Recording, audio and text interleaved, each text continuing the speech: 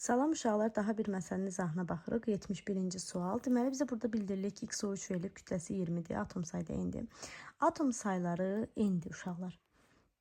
Onda bərabərdir də, yəni.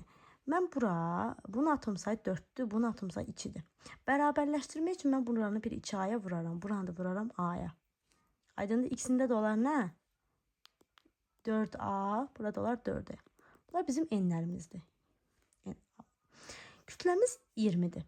Biz nü bərabərdir m bölü m düsturunu bilirik də yəqin ki. Belə bir düsturumuz var bizim.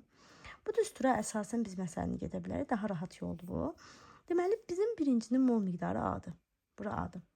A bərabərdir. Kütləsi nə qədərdir? 20. 20 bölünsün. X o üçün demək nə qədərdir? X plus 48.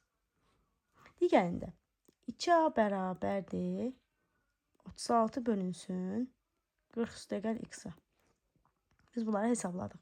Sonra gətirib bu a-nı burada yerinə qoyuruq.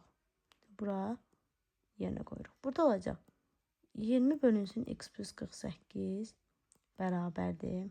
Daha doğrusu vurulsun 2 bərabərdir. 36 bölünsün 40 üstə gəl x. Biz buradan bunu hesablamağa çalışaq. Deməli, bunları ixtisar aparaq. İlk öncə 36 ilə buranı ixtisar aparanda burada 18 edir. Sonra 18 ilə 2 ixtisar aparanda bura 10 eləyir. Bura 9 eləyir. 9 edir.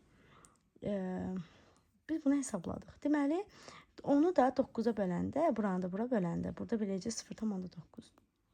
İndi olacaq burada nə? X 0,9 vurulsun x plus 48 bərabərdir 40 üstə gəl x-a. 0,9-u 48-ə böləndə 43,2 eləyir. 43,2 üstə gəl 0,9 x bərabərdir 40 üstə gəl x-a.